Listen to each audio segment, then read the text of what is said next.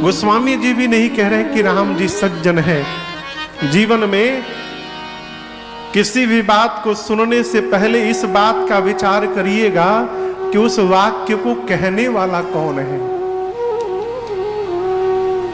जब 13 वर्ष पहले मैंने कथा प्रारंभ की तो कथा सुनने के बाद लोग प्रशंसा करते थे और उस समय प्रशंसा सुनने के लिए कान व्याकुल रहते थे। कोई आके प्रशंसा करे तो बड़ा अच्छा लगे। तो एक दिन मैं पूज्य महाराज श्री से कहा कि सरकार, अमुक व्यक्ति ऐसा ऐसा मुझे कह रहे थे। महाराज श्री सुने।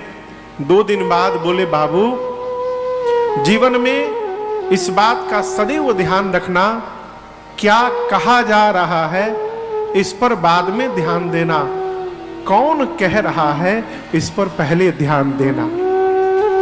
क्यों? कहने वाला जितना प्रामाणिक होगा उसके मुख से निकला हुआ वाक्य उतना अधिक प्रामाणिक होगा। और मानस में आप देखिएगा गोस्वामी जी की लेखनी का कमाल, जिस बात की जितनी अधिक गंभीरता रहती है गोस्वामी जी उस बात को उतने विशेष पुरुष के मुख से कहलवाते हैं, अपने नहीं बोलते।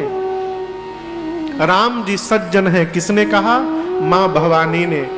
सुंदर सुजान कृपा निधान, कृपा के भंडार है। विशेषता क्या है? अनाथ पर कर प्रीति है।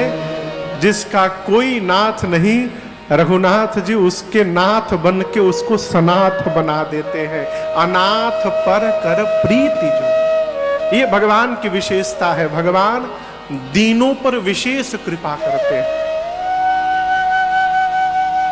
बहुत पहले मैं गीत गाता था, जानता गर गरीब प्यारे हैं, मैं कसम से गरीब बन जाता। ये साधक कहता है। भगवान अनाथों पर दया करते हैं।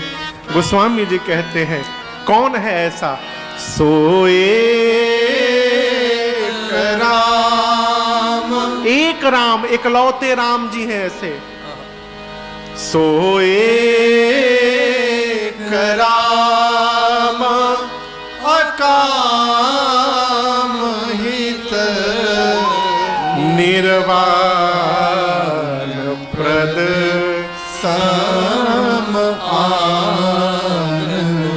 ऊपर जितनी विशेषता बताई गई, सुंदर है, सज्जन है, अनाथों पर प्रेम करते हैं, ये कौन है? गोस्वामी जी कहते हैं, एक राम, केवल राम जी हैं।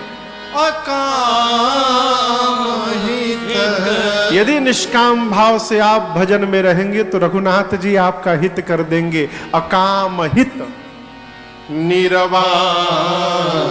प्रद अब यहां एक निवेदन करूं। देखिए, हम और आप गृहस्थी हैं, हम न विरक्त हैं, न महात्मा है, न साधु है, असंत तो हो ही नहीं सकते हैं। जैसे आप गृहस्थी हैं वैसे हम भी गृहस्थी हैं। अंतर क्या है? आप लोहा का काम कर रहे हैं, लकड़ी का काम कर रहे हैं, बर्फ का काम कर रहे हैं, और हम रघुनाथ जी के नाम का काम कर रहे हैं। केवल इतना अंतर है। हम और आप गृहस्थी हैं। निष्काम भाव से भजन करना ये हम लोगों के बस की बात नहीं है। इसलिए इस विषय में सोचना ही नहीं कि हम निष्काम भक्ति कैसे करें। सकाम गाइए। शंकर जी कहते हैं, जे सकाम नर सुन ही जे गा वही, सुख संपत्ति ना विधि पावही। भगवान शंकर बोले, यदि आप सकाम भाव से भी गा रहे हैं, अर्थात मन में कामना लेकर भी कथा सुन रहे हैं, गा रहे हैं, तब भी जीवन में सुख संपत्ति ऐश्वर्य प्राप्त होगा और एक दिन भगवान आपको अपने धाम प्रदान कर देंगे। इसमें कोई संशय नहीं है। निष्काम भक्ति किसके लिए? महापुरुषों के लिए, महात्माओं के लिए। तानसेन का नाम सुने हैं? तानसेन के गुरु जी थे प्रातः स्मरणीय पूज्य हरिदास जी महाराज, भगवान के अद्भुत भक्त। एक दिन अकबर ने कहा तानसेन से कि तुम इतना अच्छा गाते हो तो तुम्हारे गुरुजी कितना अच्छा गाते होंगे, बुलाओ गुरुजी को एक बार मेरे पास। तानसेन ने कहा हुजूर, मेरे गुरुजी कहीं आते जाते नहीं है, यदि उनको सुनना होगा तो उनके पास जाना होगा। दूसरी बात, यदि उनको पता चल गया कि आप सुन रहे हो तो गाएंगे ही नहीं। वो प्रातः बेला में जब ठाकुर जी की सेवा करते हैं केवल उसी समय सुनाते हैं, तो उस समय हमको आपको छुप के सुनना पड़ेगा। अकबर और तानसेन वेश बदल के प्रातः काल भोर बेला में गए और मंदिर के बाहर एक वृक्ष की ओट में छिप गए। पूज्य हरिदास जी महाराज आए, भगवान की सेवा प्रारंभ किए और भगवान को गीत सुनाना प्रारंभ किए। जितनी देर हरिदास जी गाते रहे उतनी देर अकबर और तानसेन दोनों रोते रहे। सुनने के बाद कुछ कहने की दशा नहीं थी। वापस महल आए। अकबर ने तानसेन से कहा, तानसेन तुम्हारे गुरुजी इतना अच्छा गाते हैं, तुम इतना अच्छा क्यों नहीं गाते हो?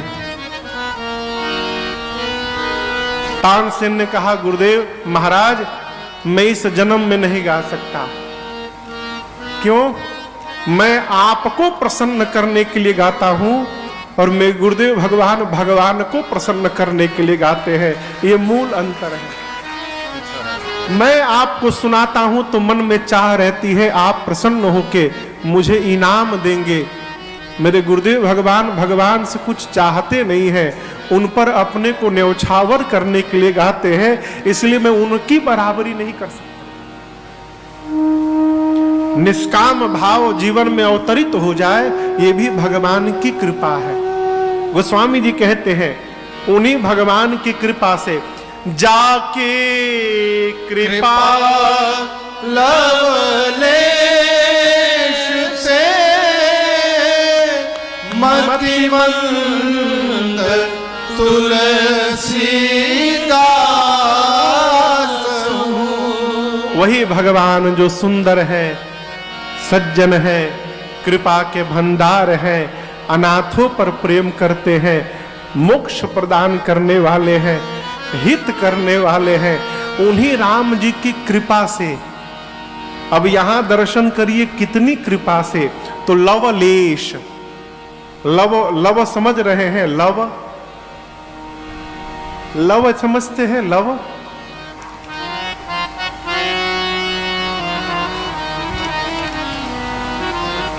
लव समय मात्रा की सबसे छोटी, समय की सबसे छोटी इकाई का नाम है।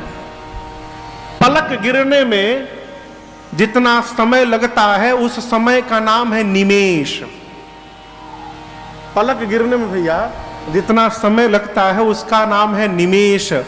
एक निमेष को जब 3 भाग में बांटा जाएगा तो भाग